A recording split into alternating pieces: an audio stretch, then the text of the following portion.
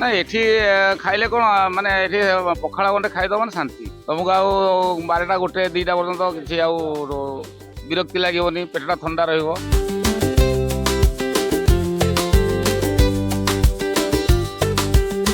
ମୁଁ ଏଠି ଲେବର କାମ କରେ।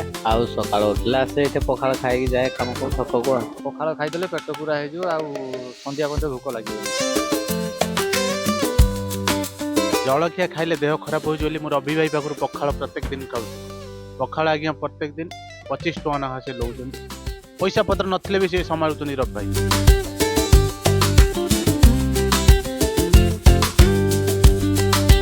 ମୁଁ 5 ଟଙ୍କାର ପଖାଳ ଷ୍ଟାର୍ଟ କରିଛି।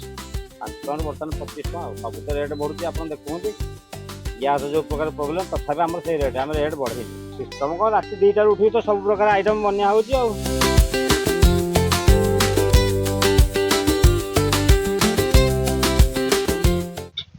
ମୋ ନାଁ ବାବୁଲ ଲେଙ୍କା, ମୋର ଏଠି କଦଳୀ ଗୋଦାମ। ମୁଁ ଏଠି 40 ବର୍ଷର ବାସିନ୍ଦା। ଆଉ ଯେତେବେଳେ ମନ ହୁଏ ପଳେଇ ଆସେ ରବି ଭାଇ ପାଖକୁ ପଖାଳ ଖାଇବାକୁ। ନା ବର୍ଷକୁ 12 ମାସ ମୁଁ ଖାଏନି, ଯେତେବେଳେ ମୋ ଇଚ୍ଛା ହୁଏ ମୁଁ ଆସେ 2ଟା ପଖାଳ ଖାଇବାକୁ। ହଁ ଆଜି ପକାଇ ମୁଁ ଆସିଥିଲି ଟିଫିନ୍ କରିବାକୁ, ସବୁ ଦୋକାନ ବନ୍ଦ। ମୁଁ ରବି ଭାଇ ପାଖରେ ପଖାଳ ଖାଇଦବା ଆଉ। ପଖାଳ, ଭଜା, ଲେମ୍ବୁ, ଲଙ୍କା, ଯାହା ମାଗିଲେ ବି ମିଳିବ ଏଠି। ତାଙ୍କ ଚାଉଳଟା ଦେଶୀ ଚାଉଳ, ପଖାଳଟା ଖାଇବାକୁ ଟେଷ୍ଟ, ସେଥିପାଇଁ ଇଏ ଫେମସ୍। ତାର ନିଜ ବିଲର ଚାଷ ଚାଉଳ, ସେ ଭାତ ରାନ୍ଧିକି ପଖାଳ କରି ଲୋକମାନଙ୍କୁ ଦଉଛି ଖାଇବାକୁ। ନା ଏଠି ଖାଇଲେ କଣ ମାନେ ଏଠି ପଖାଳ ଗଣ୍ଡେ ଖାଇଦବ ମାନେ ଶାନ୍ତି। ତମକୁ ଆଉ 12ଟା 1 2ଟା ପର୍ଯ୍ୟନ୍ତ କିଛି ଆଉ ବିରକ୍ତି ଲାଗିବନି, ପେଟଟା ଥଣ୍ଡା ରହିବ। ତମକୁ ଭୋକ ବି ଲାଗିବନି।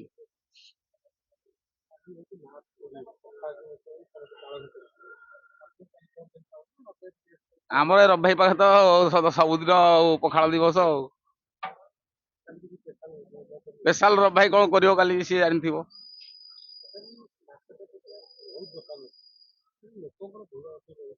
ଏଠି କଣ କଳ୍ପନା ଛକଟା ପାଖରେ ଯୋଉ ଶ୍ରମ କରିବା ପାଇଁ ଲୋକମାନେ ଯାଉଛନ୍ତି, କିଏ ବାଲି ସିମେଣ୍ଟ କାମ କଲା, କିଏ ଅଲଗା ଗାଡି ଖାଲି କଲା, କିଏ ଗାଡି ଲୋଡ କଲା, ଏଇ ସବୁ ଶ୍ରମିକ ଲୋକମାନେ ସକାଳୁ ପଖାଳ 2ଟା ଖାଇଦେଲେ ତାଙ୍କର ଶ୍ରମରେ ଗଲେ।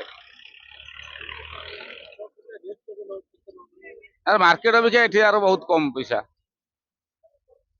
ଗରିବ ଲୋକମାନେ 20 25 ଟଙ୍କା 30 ଟଙ୍କା ଭିତରେ ପଖାଳ ଖାଇଦେଲେ, ତାଙ୍କର ଦିନ ଯାକ କାମ କଲେ।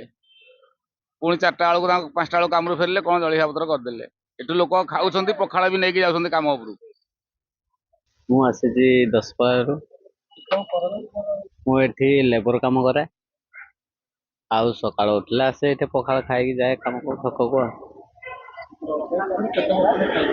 ରବି ଭାଇ ହେଲାଣି 2-3 ବର୍ଷ ହବ ଆମ ଖାଇବାର। ପଖାଳଟା ଭଲ ଟେଷ୍ଟ ଲାଗୁଛି ରବି ଭାଇ ପାଖରେ। କୋଉଠି? 9 ତାଲା ରହୁଛି ଆମେ। ଆଜ୍ଞା, କଳ୍ପନାକୁ ଆସୁଛେ ଫେର ଚାଲି ଚାଲି ଆଉ। ହଁ ହଁ, ସବୁବେଳେ ପଖାଳ ଖାଏ ଆମେ। କାମ ଦାମ କରୁଛେ, ପଖାଳ ଖାଇଲେ ପେଟ ଟିକେ ଥଣ୍ଡା ରହୁଛି। ରବିବାରଟେ 3 ବର୍ଷ ହେଇଗଲାଣି ଖାଇବାରେ। ହଁ, ରେଗୁଲାର 3 ବର୍ଷ ହେଇଗଲାଣି। ଆଇଟମ ଭଜା, ଆଳୁଚପ, ବରା, ଆଉ ଟିକେ ଆମର ଆଳୁ ଦମ ଟିକେ ଦିଏ। ଘୁଗୁନି ଫୁଗୁନି ମାଗିଲେ ଟିକେ ଫେର ଆଉ ଟିକେ ଆଣିକି ଦିଏ। ଏଇଭଳିଆ ଦିଏ ସବୁ ଆଉ ଖାଇବା। ରବି ଭାଇଟେ ବହୁତ ମଜା କଥା ଅଛି ନା। ରେଟ ନିଅନ୍ତି 30 ଟଙ୍କା ନିଅନ୍ତି ପଖାଳ ଗୋଟେ। ହଁ ହଁ, ଶାନ୍ତି ଲାଗେ। ଆଜ୍ଞା ଆଜ୍ଞା ଆଜ୍ଞା। ଆଉ ଭଲ କରିଥିଲା ପାଳନଟା, ପଖାଳ ଆଇଟମଟା। ମୋ ନାଁ ଦୁର୍ଯ୍ୟଧନ, ମୋର ନୟାଗଡ଼ ଦଶପଲ୍ଲା। ମୁଁ ବାଲି ସିମେଣ୍ଟ କାମ କରିବା ମଜୁରୀ କାମ କରୁଛି। ସବୁଦିନେ ପଖାଳ ଖାଇ କାମ କଲେ ଦେହ ପ୍ରତି ବହୁତ ଶାନ୍ତି ଲାଗୁଛି। ସେଇଥିପାଇଁ ଆମେ ପଖାଳ ଖାଇବାକୁ ବହୁତ ଭଲ ପାଏ। ବହୁତ ଧନ୍ୟବାଦ। ବର୍ଷ 12 ମାସ ପଖାଳ ଖିଆ ସରିଛି। ମୁଁ ଆଜିକି 10-11 ବର୍ଷ ହେଲାନି, ମତେ ବହୁତ ଶାନ୍ତିରେ ଖାଇବାକୁ ଦଉଛନ୍ତି, ମୁଁ ବହୁତ ଶାନ୍ତିରେ ଖାଉଛି। ସେମିତି ବାହାରେ ହୋଟେଲରେ ଖାଇଲେ ମତେ ବହୁତ ଶାନ୍ତି ଲାଗେ। ପଖାଳ ଖାଇ ମୁଁ ସଦାବେଳେ କାମ କରେ। ରବିବାର ଛଡା ମୁଁ ଅନ୍ୟ କୋଉ ହୋଟେଲରେ ଖାଉନି। ନା ରବିବାର ରେଟ୍ କମ, ଖାଇବା ବହୁତ ଶାନ୍ତି। ଆଜ୍ଞା। ପଖାଳ ଖାଇଲେ ଦେହ ପ୍ରତି ଶାନ୍ତି, ସେଇଥିପାଇଁ ପଖାଳ ଖାଏ। ଆଳୁଚପ ଆଉ ଲେମ୍ବୁ ଲୁଣ ଲଙ୍କା ପିଆଜ ବରା ଆଉ ଭଜା ପଖାଳ ବହୁତ ଶାନ୍ତି ଲାଗୁଛି। ପଖାଳ ସ୍ପେଶାଲ ଏଇଠି।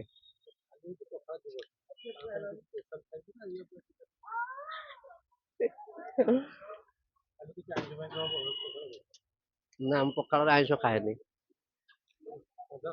ସବୁଦିନ ସାଧା ଆମର। ହଁ। ନା ଆମ ପ୍ରତି ସେ ରେଟ୍ କମ, ଆମ ରେଗୁଲାର ରେଟ୍ କମ। ମୋ ଘର ବାଲେଶ୍ୱର ଡିଷ୍ଟ୍ରିକ୍ଟ। ରାଜେଶ ନାୟକ। ଆମେ କଳ୍ପନାରେ ରହୁଛେ। ଆମେ ସବୁ କାମ କରୁ, ଯୋଉ କାମ ଜୁଟିଲା ସେଇ କାମ କରୁ ଆମେ ଲେବର ଷ୍ଟାଣ୍ଡରେ। ସବୁଦିନ ଆସିକି ପଖାଳ ଖାଇକି ଯାଉ 20-25 ଟଙ୍କା। ଏଇଠିକି ଆସ ହଁ, ସବୁଦିନ ଖାଇକି ଯାଉ। ନା ନା ଜଳଖିଆ କିଛି ନା, ପଖାଳ ଖାଇଦେଲେ ପେଟ ପୁରା ହେଇଯିବ ଆଉ ସନ୍ଧ୍ୟା ପର୍ଯ୍ୟନ୍ତ ଭୋକ ଲାଗିବନି। ତେଣୁ ତେଣୁକରି ଆମେ ପଖାଳ ଖାଇଦେଇକି 20-25 ଟଙ୍କାରେ ପଳେଇ ଯାଉ କାମକୁ। ପଖାଳ ସବୁବେଳେ। ନା ଆଉ କିଛି ନାହିଁ, କିଛି ନାହିଁ ଆଉ। 20 ଟଙ୍କା 25 ଟଙ୍କା 30 ଟଙ୍କା। 30 ଏଇଟା ଦେଇଛି 30 ଟଙ୍କା। ବରା 2ଟା, ଆଳୁ ଚୋଖା, ଭଜା, ଲେମ୍ବୁ, କଞ୍ଚା ଲଙ୍କା, ଲୁଣ, ପଖାଳ 30 ଟଙ୍କା। 20 ଟଙ୍କାର ଆଳୁ ଚୋଖା ଥିବନି ଆଉ। ମାଛ ସବୁ କାମ କରି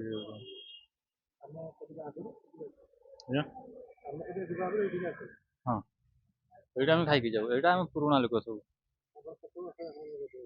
ଏଠି 7-8 ବର୍ଷ ହେଇଗଲାଣି। ପଖାଳର ପେଟଟା ପୁରିକି ରୁହେ, ପେଟ ଥଣ୍ଡା ରୁହେ, ପେଟ ପୁରିକି ରୁହେ। ନା ଆଉ କିଛି ନାହିଁ, ଦିନ ସାରା ନ ଖାଇଲେ ଚଳିବ।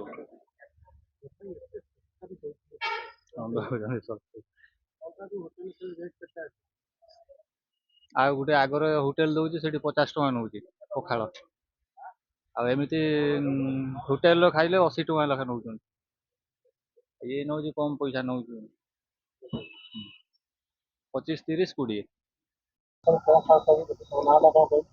ମୋ ନାଁ ଶାନ୍ତନୁ। ସବୁବେଳେ ପଖାଳ ଖାଉଥିଲୁ। ଆଜି ଦେହ ଭଲ ନାହିଁ ତ ଜଳଖିଆ ଖାଇଦଉଛୁ ଆଉ। ପୁରୀ ଘୁଗୁନି ଖାଇଦଉଛୁ ଆଉ। କାମ କରନ୍ତି, ବାଲି ସିମେଣ୍ଟ କାମ, ମିସ୍ତ୍ରୀ କାମ କରନ୍ତି, ସବୁ ଭଲ ମନ୍ଦ ଏମିତି ସବୁଦିନ ପଖାଳ ଖାଆନ୍ତି। ଆଜି ଦେହ ଭଲ ନାହିଁ ସେଥିପାଇଁ ସେ ଜଳଖିଆ ଖାଇଦଉଛୁ ଆଉ। ସବୁଦିନ ଭଜା, ବରା, ଚପ ଆଉ ଏମିତି ସିଙ୍ଗା ଯାହା ଗୋଟେ ଦେଇଥାଏ ଭଜା ଭଜା କରିକି। ଯାହାହେଲେ ଆଗ ନଉଥିଲା 25 ଟଙ୍କା, ଏବେ ରେଟ୍ ଗ୍ୟାସ ରେଟ୍ ବଢି ଯାଇଛି ବୋଲି 30 ଟଙ୍କା ନଉଛନ୍ତି। ଶାନ୍ତି ଲାଗୁଛି, ପଖାଳ ଟା ଭଲ। ସବୁଦିନ ମୁଁ ପଖାଳ ଖାଉଥିଲି, ଆଜି ଟିକେ ଭଲ ନାହିଁ। ଆଜ୍ଞା ନାଇଁ, ସକାଳ ପଖାଳ ଟା ଖାଇଲେ ଯୋଉ କାମଟା କରାହଉଛି, କାମର ଟାଇମ ଠିକ ରହୁନି। ସେଥିପାଇଁ ପଖାଳ ଖାଇଲେ ଟିକେ ପେଟଟା ଥଣ୍ଡା ରହୁଛି। ଖରା ସବୁବେଳେ ଛାଇ କାମ ନୁହଁ ତ, ଖରା ବେଳେ କେତେବେଳେ କାମ ହବ, କେତେବେଳେ ଛାଇରେ ପଡିବ। ଏମିତି ହେଇକି ସେଥିପାଇଁ ପଖାଳ ଟା ଖାଇଲେ ପେଟ ପ୍ରତି ଭଲ। ଆମେ ମିନିମମ୍ 15-17 ବର୍ଷ ହେଇଯିବ ଖାଇବା। ନା ସେଥିରୁ ଟିକେ ଚେଞ୍ଜ ହେଇଯାଇଛି ଆଉ। ଆଗ ନଉଥିଲେ 10 ଟଙ୍କା, 8 ଟଙ୍କା, ସେତେ ଭିତରେ ଖାଇ ହଉନଥିଲା।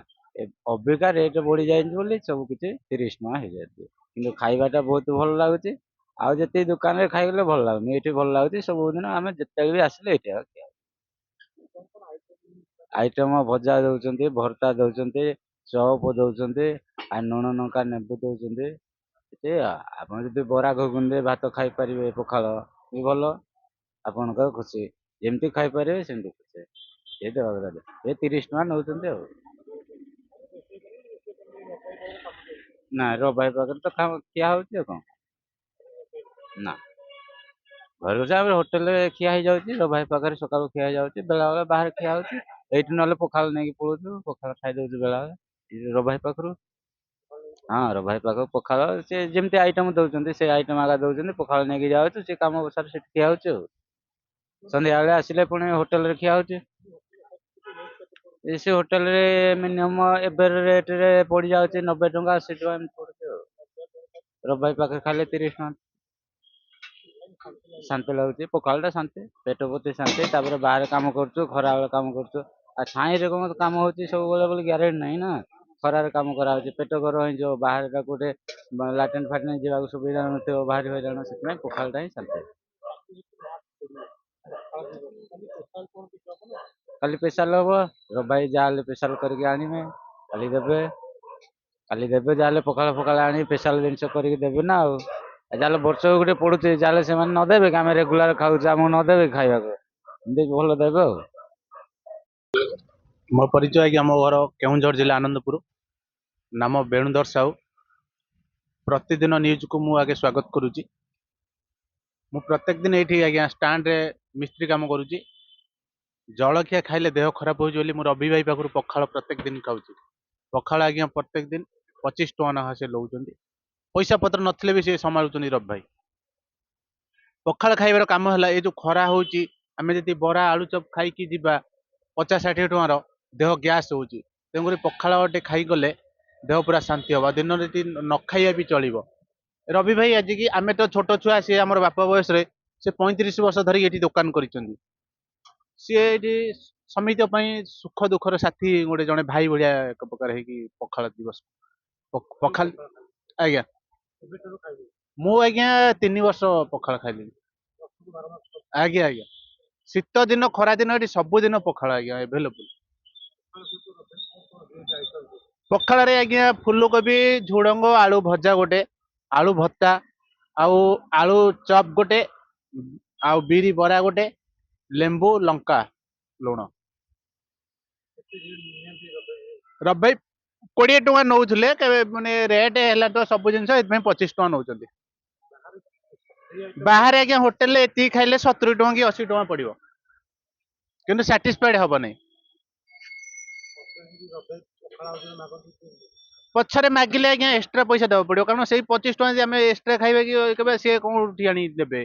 କିଣା ଦିନ ଚାଉଳ କିଲୋ ଆସିକି 40-50 ଟଙ୍କା। ଗ୍ୟାସ୍ ତ କମ୍ପାନୀ ଗଭର୍ଣ୍ଣମେଣ୍ଟ କହନ୍ତି ଗ୍ୟାସ୍ କହନ୍ତି ବନ୍ଦ କରିଦେଇଛି, ଯେ ଗ୍ୟାସ୍ ଏବେ ଗୋଟେ 200 ଟଙ୍କା 250 ଟଙ୍କା ଲିଟର ପିଛା ପଡୁଛି। ସିଏ ଆଣି କୋଉଠି ଦେବେ? ନାଇଁ ନାଇଁ, ରବି ଭାଇ ପାଖରେ ଖାଇଲେ ଶାନ୍ତି ମିଳେ। ବାହାର ଖୋଲା ଆକାଶରେ ଖାଇଲେ ଭଲ ଲାଗେ, ହୋଟେଲ ଭିତରେ ସେ ଯୋଉ ଗ୍ୟାସ ରେ ଭଲ ଲାଗେ ନାହିଁ। ସବୁଦିନ ଆଜ୍ଞା ମୁଁ କଣ୍ଟିନ୍ୟୁ ଗରାକ।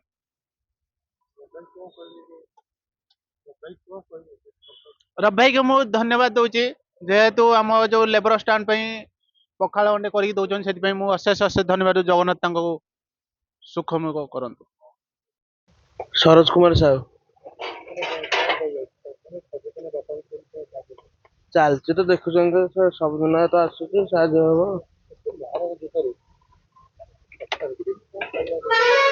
ଚାଲିଛି ଗୋଟେ ଇଏରେ ଚାଲିଛି, ଲୋକଙ୍କୁ ଇଏ କରିବା ପାଇଁ। ପିଲା ତ ଆଜିକାଲି ଜଳଖିଆ ଦୋକାନ କଣ ପିଲା ରହିବାକୁ ଭଲ ପାଉଛନ୍ତି କି? ପିଲା ରହିବାକୁ ଭଲ ପାଇବେନି।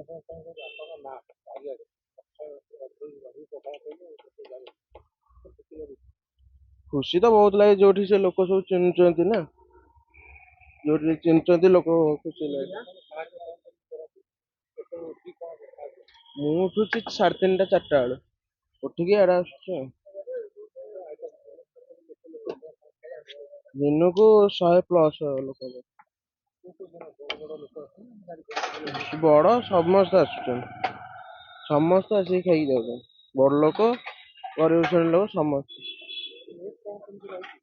ରେଟ 25 ଟଙ୍କା ଭଜା ଭାତ, ପଖାଳ 25, ବରା ଚପ ଯିଏ ଖାଇବ 30, ପଛରେ ଯିଏ ଭାତ ଖାଇଲା 40।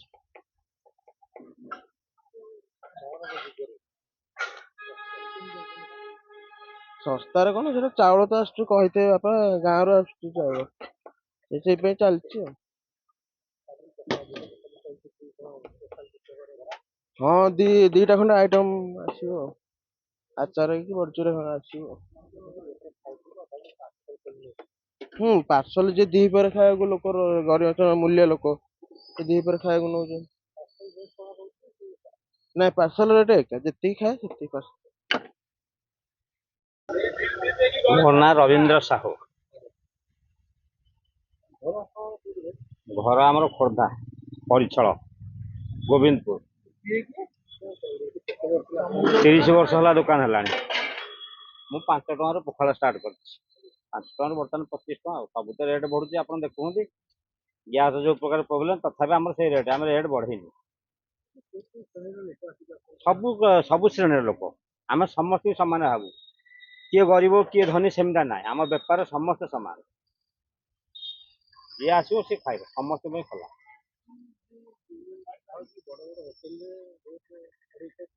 ଆଜ୍ଞା, ନାଇଁ ଆମର ସେମିତି ନାହିଁ। ଆମର ଇଏ ମେନ୍ ହେଲା, ଇଏ ଚାଉଳ ହେଲା ଆମର ଘର ଚାଉଳ। ତେଣୁକରି ଆମେ ଭୁବନେଶ୍ୱରରୁ ଚାଉଳ କିଣିଲେ ଆମକୁ ପୋଷେଇବନି, ବୁଝିପାରିଲେ। ଭୁବନେଶ୍ୱରରୁ ଚାଉଳ କିଣିଲେ ଆମକୁ ପୋଷେଇବନି, ଘର ଚାଉଳ ବୋଲି ଆମକୁ ପୋଷଉଛି। ଆଉ ଚାଷ ଆମର 70-80 ବସ୍ତା ଧାନ ହଉଛି ମାସକୁ। ଆମର ତ 100 ମିଲ୍ ଡେଲି, ଆଉ ଡେଲି 100 ମିଲ୍ ସବୁବେଳେ। ଆଜ୍ଞା ଆଜ୍ଞା, କିନ୍ତୁ ଆମର ବନ୍ଦ ନାହିଁ। ଆମେ ପୁରା ଗରିବଙ୍କ ସେବାରେ ସଦାବେଳେ ଲାଗିଛୁ। ଗରିବ କେମିତି ହଇରାଣ ନ ହେବେ, ଆମର ଏଇଟା ମେନ୍ ଲକ୍ଷ୍ୟ। ସେମାନେ ଖାଇକି ଶାନ୍ତି ହେଇକି ଗଲେ ଆମର ଶାନ୍ତି। ଆଜ୍ଞା, ଆଣୁଛନ୍ତି କଣ, ଏଇଟା ମେନ୍ ହେଲା ଆମର ଚାଉଳଟା ଘର ଚାଉଳ ବୋଲି ପୋଷଉଛି, ନହେଲେ ପୋଷନ୍ତାନି। ଭାତ ଭଜା ଆଳୁ ଭର୍ତ୍ତା, ଭଜା ବି ମାନେ ଗୋଟେ ପ୍ରକାର ଭଜା ନୁହଁ, ମିକ୍ସ ଭଜା ହଉଛି। ଚାଲିଛି, ଭଗବାନ ଦୟାରୁ ଚାଲିଛି। ଆଉ ଲୋକ ତ ସଦାବେଳେ ଖୁସି ରହିବେ, ତାଙ୍କରି ସେବାରେ ତ ଆମେ ଲାଗିଛୁ। ଆଉ ସେତିକି ହେଲା ଆମର ମେନ୍ ଲକ୍ଷ୍ୟ। ଆଉ ଭାତ ଭଜା ଆଳୁ ଭର୍ତ୍ତା, ଲେମ୍ବୁ ଲଙ୍କା ପିଆଜ, ତା ସାଙ୍ଗରେ ବରା ଚପ୍ ଦିଆ ହଉଛି 30 ଟଙ୍କା। ପଛରେ କିଏ ଦେଲା କିଏ ନଦେଲା ସେଇଟା ଡିମାଣ୍ଡ ନାହିଁ। ହଁ, ମୁଁ ରାତି 2ଟାରୁ ଆଜ୍ଞା ଉଠୁଛି। ସିଷ୍ଟମ କଣ, ରାତି 2ଟାରୁ ଉଠିକି ତ ସବୁ ପ୍ରକାର ଆଇଟମ ବନିଆ ହଉଛି। ଆଉ ନାଇଁ ଘରଠୁ ହେଇକି ଆସିବ ନା, ଏଠି ପ୍ରବଳ ଗହଳି ହେଇଯାଉଛି ନା ଏଠି। ହଁ, ଘରେ ମୋ ସ୍ତ୍ରୀ ଅଛି, ପୁଅ ଏଇଠି ସାହାଯ୍ୟ କରୁଛି। ସେମାନେ ନ ଲାଗିଲେ କଣ ଦୋକାନ ହେଇପାରିବ? ଜଣେ ଅଧେ ବି ଦୋକାନ କରିପାରିବନି। ଗ୍ୟାସ ଅଧେ ହଉଛି, ଅଧେ କାଠରେ ହଉଛି। ଆଉ ହଁ,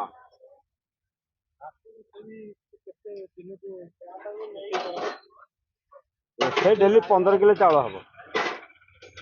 ଡେଲି 15 କିଲୋ ଚାଉଳ ପଡୁଛି। ସକାଳ 5ଟାରୁ ନା ଦିନ 10ଟା। 10ଟା ପରେ ଆଉ ପଖାଳ ପାଇବେନି। ଆଜ୍ଞା, 30 ଟଙ୍କା। ଆଜ୍ଞା, ଡେଲି ମୋର 100 ଲୋକ ତ। ଆଉ ଆଜ୍ଞା, 100 ମିଲି ଆସୁଛି ଡେଲି। ଆଉ ଆଜ୍ଞା ସ୍ପେଶାଲ ହେଲେ ସେଇ ସାଧା ଉପରେ ଯାହା ହବ। ଆଉ ଆଚାର ହବ, ବଡିଚୁରା ହବ, ଏମିତି ହବ। ଆଉ ନାଇଁ ଆଇଁଷ ନାହିଁ ଆଜ୍ଞା, ମୁଁ ଆଇଁଷ କେବେ କରେନି।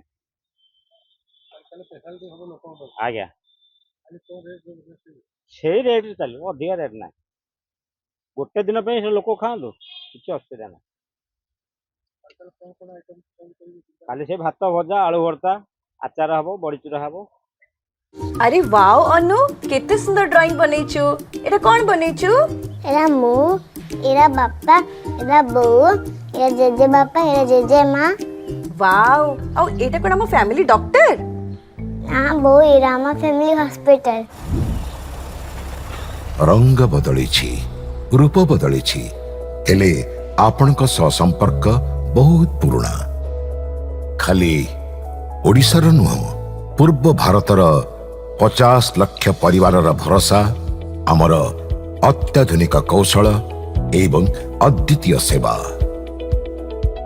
27 वर्षर संपर्क आमको करि परिछि आपनक निजर family hospital. Thank you doctor. अनुपरी अनेक पिलांक धन्यवाद आम पई अमूल्य उपहार।